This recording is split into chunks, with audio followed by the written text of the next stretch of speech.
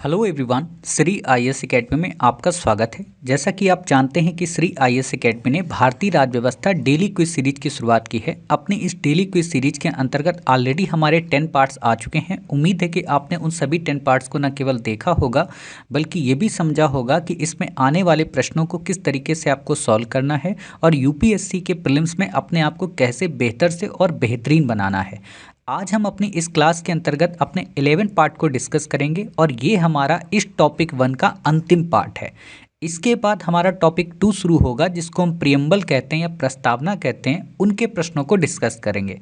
यहाँ मैं आपको एक चीज़ क्लियर कर दूँ, क्योंकि हो सकता है आप में से कई सारे बच्चों के मन में क्लियरिटी ना हो। वैसे हमने क्विज की सीरीज में ये चीज़ बता रखी है, जो प्रोमो वीडियो आया था कि क्विज सीरीज में हम आपको किस तरीके से 11,000 प्लस क्विज कवर कराएंगे, हर एक सब्जेक्ट के अलग अलग। ठीक है, तो आप में से कई सारे बच्चों के मन में आ रहा होगा कि सर आपने 11 पार्ट में पार्ट टॉपिक 1 कंप्लीट कर दिया, मतलब 11 पचे 55 क्वेश्चन में क्या टॉपिक 1 कंप्लीट हो गया? तो नहीं, अभी हमने क्या किया कि आपको ओवरव्यू दिया है हर एक पहले टॉपिक के क्विजेस का। ऐसे ही सेकंड का देंगे, ऐसे ही थर्ड टॉपिक का देंगे। कहने का मतलब अभी हम एक बार में जितने मोस्ट प्रोबेबली इंपॉर्टेंट क्वेश्चंस हैं, ठीक है, उनको एक बार में पूरा कवर करा देंगे। वो हो सकता है लगभग 1000 प्लस 2000 प्लस ऐसे क्विज बने जाके। ठीक, फिर इसी सीरीज में आपको क्या होगा कि जो टॉपिक 1 है इसमें फिर से क्वेश्चन पार्ट्स ऐड किए जाएंगे, फिर से नए नए क्वेश्चन उसमें ऐड किए जाएंगे। तो जैसे अभी मान लो इसमें 11 पार्ट्स हैं, ठीक है, जब ये पूरी सीरीज कंप्लीट हो जाएगी तब इसके बाद इसी 11 में फिर और नए पार्ट्स जोड़े जाएंगे और वहाँ लिखा होगा new parts top part 1 part 2। और वो जो पार्ट्स होंगे हो सकता है 50 हो जाएं, 100 हो जाएं। तो फाइनली इन द एंड कहने का मतलब जब आप इसको 7 महीने 8 महीने बाद आप इस क्लास को देख रहे होंगे तो आपको फिर टॉपिक 1 में केवल 11 पार्ट्स नहीं दिखेंगे, आपको फिर टॉपिक 1 में दिखेंगे 100 प्लस पार्ट्स। ऐसे ही टॉपिक 2 में दिखेंगे, ऐसे टॉपिक 3 में दिखेंगे। और जब वो सारी चीज़ें कवर हो जाएंगी, ठीक, उसके बाद लास्ट में फिर नए नए टॉपिक्स बनाए जाएंगे। नया फोल्डर एक बनेगा, यदि आप ऐप पे क्लास देख रहे हैं तो वहाँ एक नया फोल्डर बनेगा और उसमें लिखा होगा एनसीईआरटी क्विज। तो एनसीईआरटी बेस्ड बुकलेट के जितने क्विज बन सकते हैं वो उसमें कवर करा देंगे। समझ गए? खैर, आपको इतना वैसे नहीं सोचना है, जैसी क्लासेस आ रही हैं आप प्रॉपर करते रहिए और जो ही हम यहाँ पे टॉपिक में एक्स्ट्रा ऐड करेंगे वो आपको पता चल जाएगा। देखो, यदि आप हमारी क्लासेस देख रहे हो डेली, ठीक है, ऐप पर या यूट्यूब पर, तो आपको हर एक चीज़ का उत्तर ऑटोमेटिक मिलता ही रहेगा कि आगे क्या होने वाला है क्या नहीं होने वाला है। तो आप बिल्कुल बेफिक्र रहें, निश्चिंत रहें। ठीक, आप में से एक देवी ने मैसेज किया था, कमेंट किया था यूट्यूब की क्लास में कि उनको फाउंडेशन कोर्स नहीं समझ में आ रहा, पॉलिटी का फाउंडेशन कोर्स कहाँ मिलेगा। तो हमने आपको पीछे वाले पार्ट में श्री आईएएस एकेडमी ऐप को कैसे यूज करते हैं उसके बारे में बता रखा है।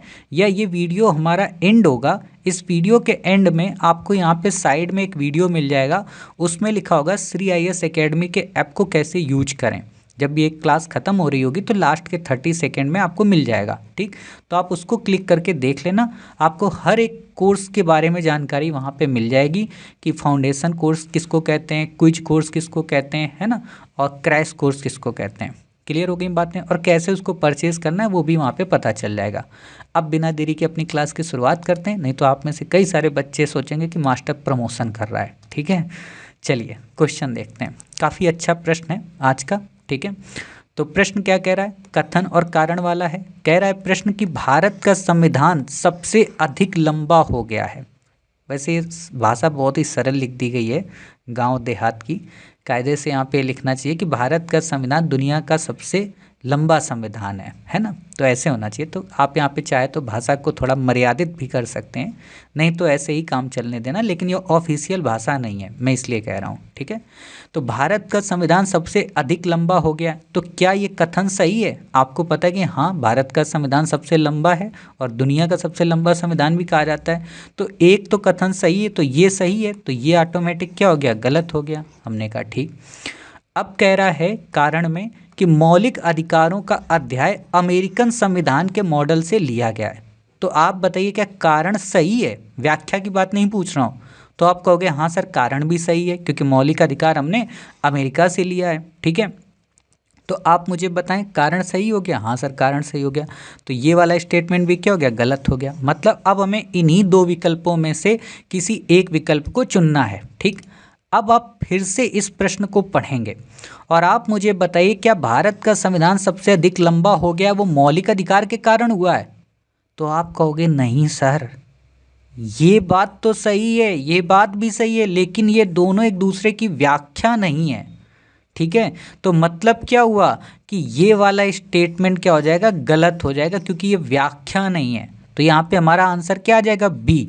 अब आपके मन में आया होगा कि कैसा क्वेश्चन होता जिससे ऑप्शन हम ए सही कर देते।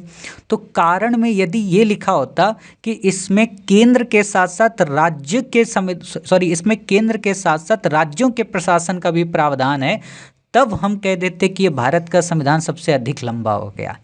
आप जब इंडियन पॉलिटी की किताब पढ़ेंगे, हम लक्ष्मीकांत और जीएस में मेरे से पढ़ेंगे, तो वहाँ पे जब मैं विशेषता पढ़ाता हूँ तो वहाँ पे बताता हूँ कि भारत का संविधान लंबा क्यों हुआ, क्योंकि इसमें केंद्र के साथ साथ राज्यों के भी दिशा निर्देश दिए गए, जबकि अमेरिका में सब कुछ अलग अलग है।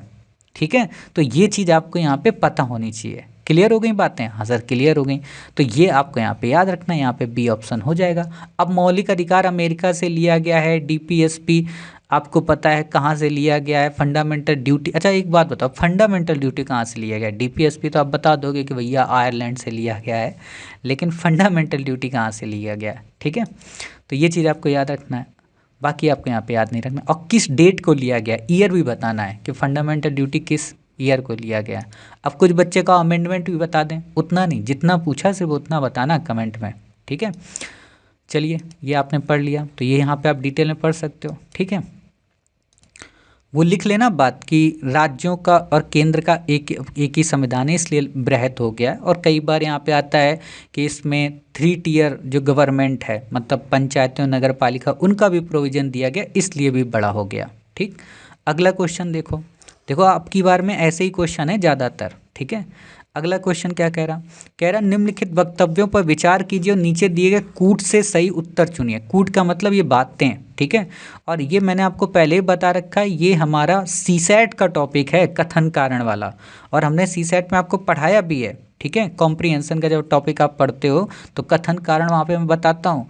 तो इसीलिए अब आजकल ऐसे प्रश्न प्रीलिम्स के जीएस फन में आने की संभावना अधिक है, क्योंकि वहाँ पे वो पूछ नहीं सकता है। ठीक है, और इससे क्या होंगे, नए क्वेश्चन बहुत सारे बन सकते हैं, और इससे आपके अंदर की समझ भी वो समझ जाएगा कि आपने टॉपिक को केवल रट्टा मारा है, गाइड से पढ़ा है या किसी बुक से पढ़ा है। ठीक, तो क्या कह रहा है? भारत में लिखित संविधान है, तो आपको ही पता है क्या भारत में लिखित संविधान है? तो जी हाँ, तो ये बात क्या हो गई? सही हो गई, और ये बात क्या हो गई? गलत हो गई। हमने कहा ठीक। फिर कह रहा शक्तिशाली क्षेत्रीय दलों का विकास क्षेत्रीय आकांक्षाओं का संकेतक है। आपने बहुत सारे क्षेत्रीय दल देखे होंगे, जैसे आम आदमी पार्टी, हालांकि अब क्षेत्रीय दल तो नहीं है, राष्ट्रीय दल हो गया है। ठीक है, या समाजवादी पार्टी आप देख सकते हो, या एनसीपी को भी नहीं कह सकते हो आप, है ना। जैसे और भी छोटी छोटी जो पार्टियां हैं जो क्षेत्रीय स्तर पे काम करती हैं, है ना, जैसे ये जन सुराज पार्टी, ये जो अभी बिहार में इन्होंने बनाई है ना, मुझे नाम देखो उनका मैं भूल गया हूँ, है ना, चलो बाद में याद आएगा मैं बता दूंगा। तो ये क्षेत्रीय दल होते हैं। ठीक है, तो शक्तिशाली क्षेत्रीय दलों का विकास क्या क्षेत्रीय आकांक्षाओं का संकेतक है, या वो झारखंड की जो जनशक्ति मोर्चा पार्टी है? ठीक है, तो जी हाँ, उसी की क्षेत्रीय आकांक्षाओं। क्षेत्रीय आकांक्षाओं का मतलब कि लोकल इशूज़ की बात की जाए, मतलब क्षेत्रीयता की बात की जाए कि झारखंड सर्वस्व है। जैसे आप देखना कि अभी फ़िलहाल आप कुछ दिनों में आपको लगेगा कि जैसे बिहार वाले अपनी मोनोपोली स्टेब्लिश कर रहे हैं, है ना, छठ पूजा की बातें करेंगे, एक बिहारी 100 पे भारी, है ना, सब पे भारी, मतलब ऐसी ऐसी बातें करेंगे, है ना, बिहार का गौरव गान करेंगे। ऐसे यूपी वाले अपना स्टेटस लगाएंगे, पंजाब वाले पंजाबी मतलब महान, है ना। तो वो क्षेत्रीयता होती है। जैसे आप अपनी जाति को लेकर बड़े एग्रेसिव रहते हो ना कि नहीं हमारी जाति सर्वस्व है या हमारा परिवार सर्वस्व है, वो क्या होता है? वो होता है आपकी क्षेत्रीयता। ठीक है, आप जब इन चीज़ों से ऊपर उठते हो कि भारत ही हमारा सर्वस्व है, सब कुछ है, तब आप वो क्षेत्रीयता ना हो कि वो देश की बात करते हो, राष्ट्रीयता की बात करते हो। और क्षेत्रीयता एक क्षेत्र की बात होती है ना। बहुत सारे लोगों को आप जैसे समाजवादी पार्टी में क्या है कि जितने भी यादव होंगे वो समझेंगे यार ये सब कुछ हमारे लिए है, ठीक। बहुजन समाजवादी पार्टी क्या सबको लगेगा, या उनकी चंद्रशेखर आज़ाद की पार्टी क्या लगेगा, अरे ये सब हमारे लिए है। एससी वाले सब सोचेंगे हमारे लिए सब कर रहे हैं, ठीक है। जबकि वो सब पॉलिटिकल इंटरेस्ट के लिए करते हैं, वो तो अपना वैभवशाली जीवन जी रहे होते हैं, लेकिन जो जिस कारण से वो आए सत्ता में उनको भूल जाते हैं, ठीक है। तो ये चीज़ें ध्यान रखना, इसको बोलते हैं क्षेत्रीय आकांक्षा। तो क्या ये सही है? तो जी हाँ सही है। तो ये स्टेटमेंट भी क्या हो गया, गलत हो गया। अब बात आती है ए बी में, यहाँ पे हमें देख के बताना है, ठीक है। तो अब यहाँ पे जब आप देखेंगे तो आपको क्या पता चल रहा है, क्या लिखित संविधान का इस क्षेत्रीय दल से कोई संबंध नजर आ रहा है? दोनों अलग अलग बातें हैं, है ना। अगर यहाँ पर ये दे देता कि भारत में लिखित संविधान है और भारत में हर एक चीज़ को संविधान में बखूबी व्याख्यायित किया गया है, तो हम कहते कि ये कथन और कारण सही हैं, एक दूसरे की व्याख्या कर रहा है, स्पष्टीकरण दे रहा है। लेकिन यहाँ पे बातें अलग अलग हैं दोनों, तो इसलिए हम कह दे रहे हैं कि नहीं सर बी सही है, ठीक। अच्छा एक बात और बता दूं, हो सकता है कुछ बच्चों के क्वेश्चन देख के तुरंत आंसर आ गया होगा और वो सोच रहे होंगे मास्टर इतना क्यों टाइम वेस्ट कर रहे हो, जल्दी से बता देते, दूर से ही दिख रहा है कि ये क्षेत्रीय दल की बात कर रहा है, लिखित संविधान की बात कर रहा है। तो आपकी बात ठीक है, लेकिन फिर भी सुन लो, सुनने में क्या जाता है, ठीक है। हो सकता है कुछ ना कुछ नया सीखे होगे, कोई ना कोई नई बात सीखे होगे, क्षेत्रीयता का अर्थ सीखे होगे, ठीक है। तो ये बातें आपको याद रखनी है, बाकी आपको ये चीज़ें पता है, इससे ज़्यादा आपको यहाँ पे याद रखने की ज़रूरत नहीं है। अगला क्वेश्चन देखो, काफ़ी अच्छा क्वेश्चन है, इसको प्रीवियस में हमने 2 क्वेश्चन इसके कवर करा रखे हैं आपको, और आपने कवर भी किया होगा। याद करो मैंने आपको ऐसा क्वेश्चन में क्या कराया था कि प्रारूप समिति के वो कौन से मेंबर हैं जो कांग्रेसी हैं या कांग्रेसी नहीं हैं या निर्दलीय हैं, करा रखा था ना। तो वो याद होगा, उसको मैं फिर से रिकॉल भी करा दूंगा। अभी के लिए क्वेश्चन देखो क्या कह रहा है कि निम्नलिखित में से कौन संविधान प्रारूप समिति के सदस्य थे। आपको पता है कि प्रारूप समिति बनाई गई थी जिसमें 7 मेंबर थे, ड्राफ्टमैन कमेटी इसको बोलते हैं, और इन 7 मेंबर में एक अंबेडकर साहब थे, 6 अन्य सदस्य थे, ठीक है। क्या पंडित जवाहरलाल नेहरू, सरदार वल्लभ भाई पटेल थे? तो नहीं, ये ध्यान रखना। तो ये दोनों आप कट कर दो, 2 4 आपका कट हो जाएगा, तो आंसर 1 3 आ जाएगा। क्लियर हो गई बातें। हमें यहाँ पे ये चीज़ आपको नहीं सिखानी थी, हमें वास्तव में चीज़ें रिकॉल आपको करानी थी, ठीक है। तो इसमें जो 6 सदस्य थे अंबेडकर के अलावा, वो कौन कौन थे, तो आपसे ये क्वेश्चन पूछेगा।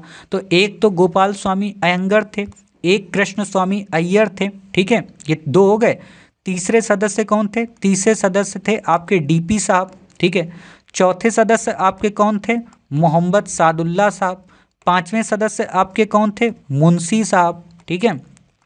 और छठे सदस्य आपके कौन थे? मित्र साहब, ठीक है, बीएल मित्र। तो ये 6 सदस्य थे। आपने कहा जी हाँ सर।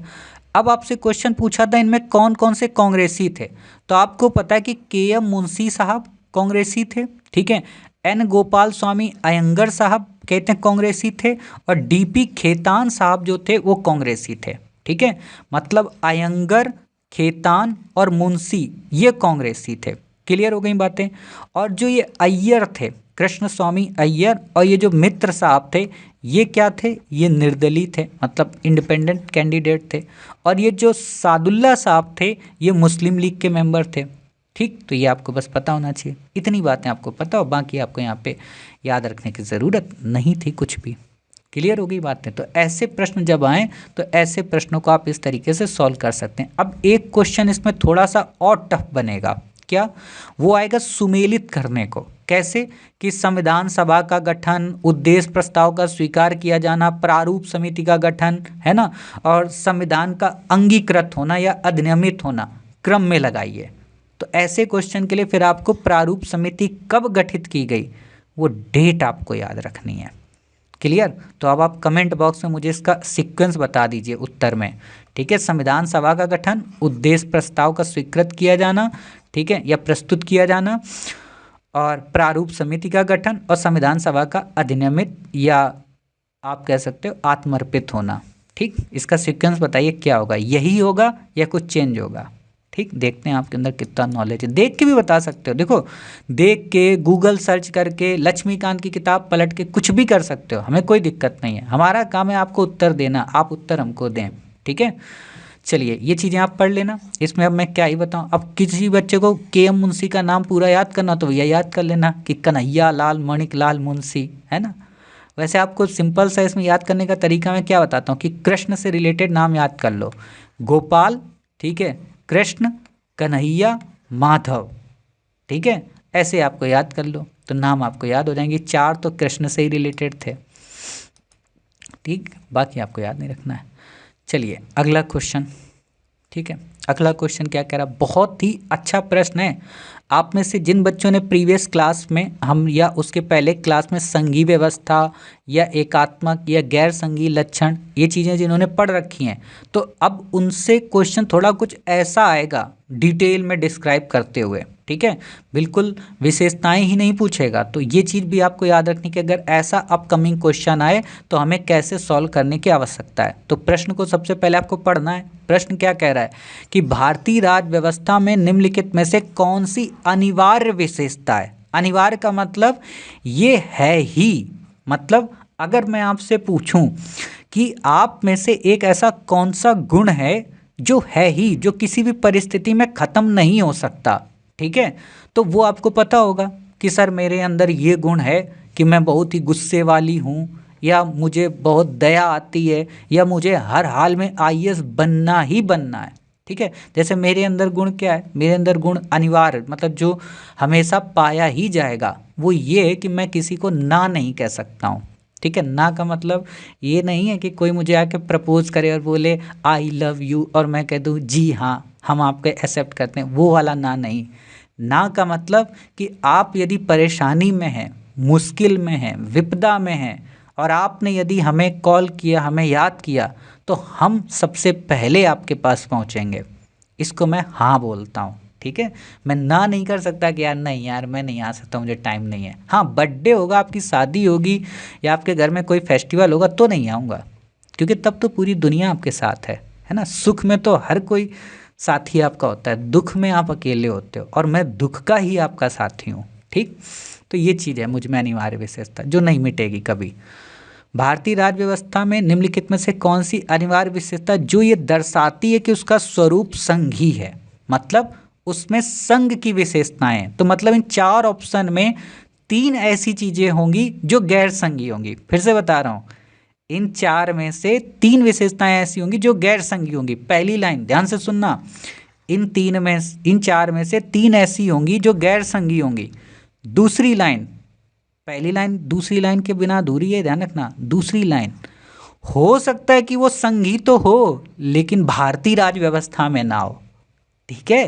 तो ये भी ध्यान रखना, हो सकता है कि बाकी के 3 जो हों वो संघी तो होंगी लेकिन भारत ने उसको अडॉप्ट नहीं किया, इसीलिए क्वेश्चन में दे दिया गया है कि संघी भी होनी चाहिए और भारतीय राज्य व्यवस्था में भी होनी चाहिए, ठीक है।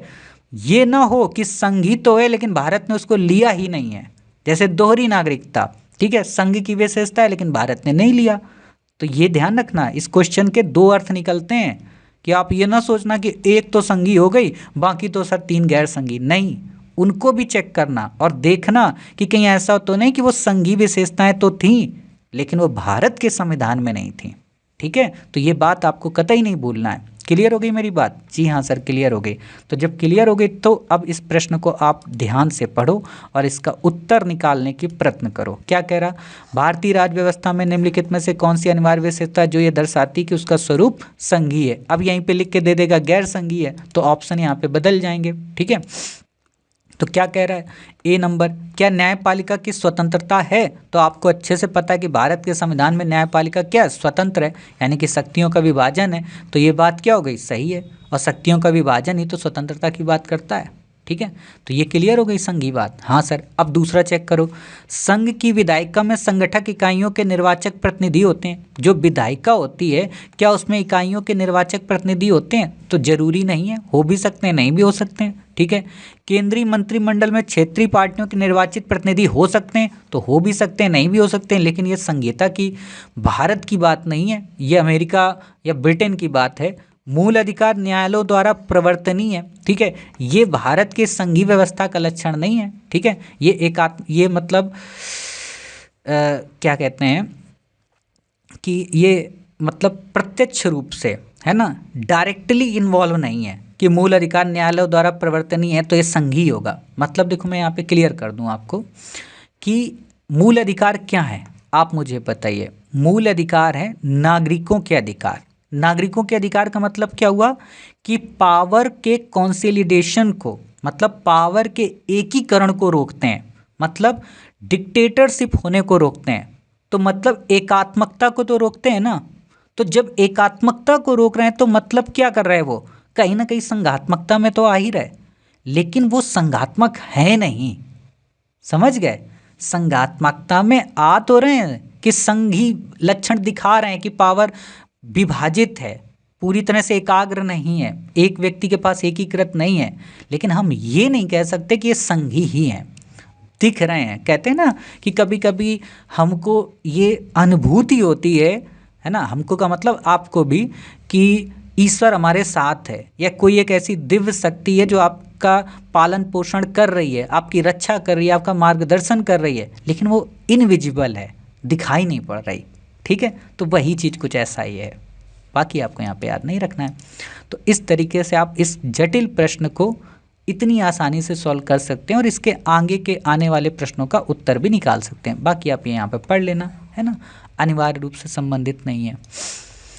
अगला क्वेश्चन और लास्ट क्वेश्चन इस टॉपिक का, ठीक है, काफ़ी अच्छा प्रश्न है, बड़ा है। आपने पीछे की क्लास में हमने आपको अमेरिका के बारे में कवर कराया था, तो बिल्कुल वैसा ही ये ब्रिटेन से रिलेटेड है। ठीक है, अभी देखो मैं एक एक क्वेश्चन दो दो कराऊंगा, आगे चल के इनको और गहराई में ले जाऊंगा। ठीक है, तो क्वेश्चन देखो, हमने ब्रिटिश मॉडल पर आधारित संसदीय लोकतंत्र को अपनाया है, बिल्कुल सीधी सी बात है, सही है, किंतु हमारा मॉडल उस मॉडल से किस प्रकार भिन्न है। कहने का मतलब हमने भले ही ब्रिटेन के मॉडल से अपने आप को संसदीय लोकतंत्र के रूप में लिया, लेकिन डिफरेंस है। जैसे आप में से अधिकांश बच्चे भारत के विभिन्न यूट्यूब चैनल, विभिन्न टेलीग्राम चैनल, विभिन्न पेड कोर्सेज में अपने आप को इनरोल किए होंगे, बहुत सारे शिक्षकों से मिले भी होंगे और उन्होंने आपको क्विज सॉल्व करने का तरीका सिखाया होगा।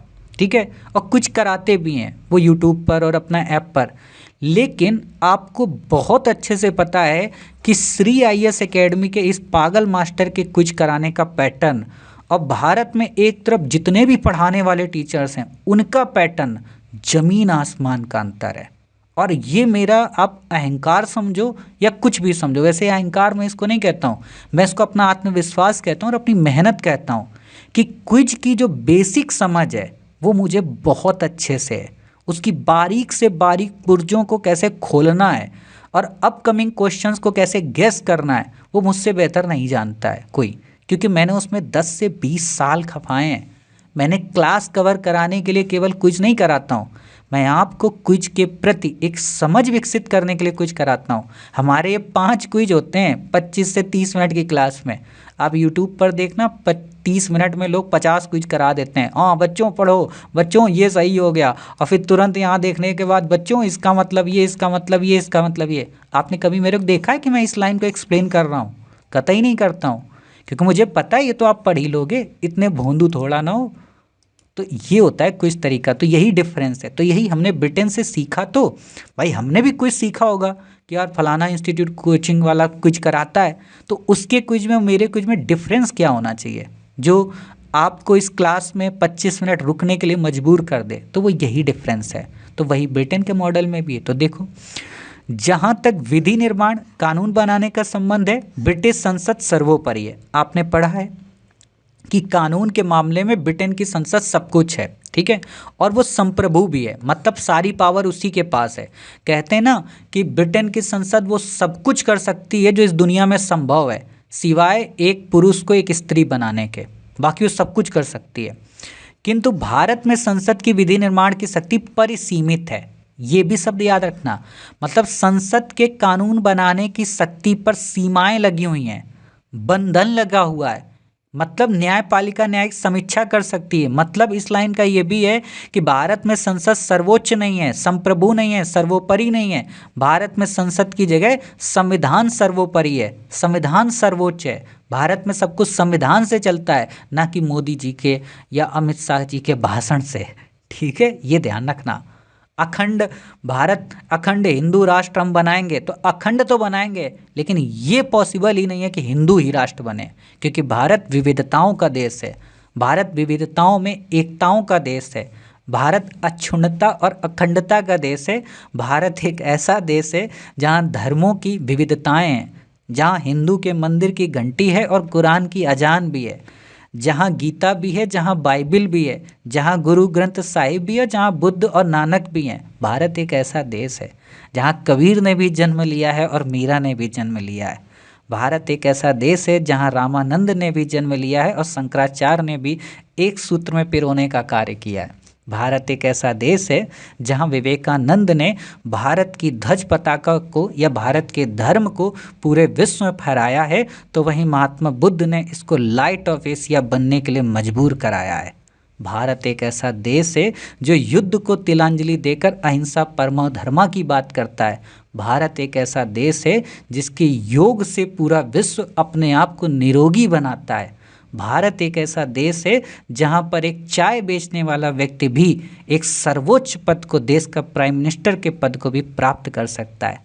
भारत एक ऐसा देश है जहां एक साधु और संत भी सत्ता का भोग कर सकता है। भारत एक ऐसा देश है जहां पर महिलाओं के सम्मान के लिए बड़े से बड़े युद्ध हो जाते हैं। भारत एक ऐसा देश है जहां पर भाई बहन के रिश्ते को निभाने के लिए रक्षाबंधन जैसा पर्व मनाया जाता है। भारत एक ऐसा देश है जहां सूर्य के उदय की ही नहीं बल्कि उसके अस्त की भी आराधना की जाती है। भारत एक ऐसा देश है जहां अंधकार से प्रकाश की ओर बढ़ने की भी बात की जाती है। भारत एक ऐसा देश है जहां पर होली जैसे रंगों से हम बुराइयों को जीतने का प्रयत्न करते हैं। भारत एक ऐसा देश है जहां महिलाओं के सम्मान के लिए रावण जैसे दुराचारियों का वध भी करते हैं। भारत एक ऐसा देश है जहां सबके साथ और सबके विकास की बात करते हैं।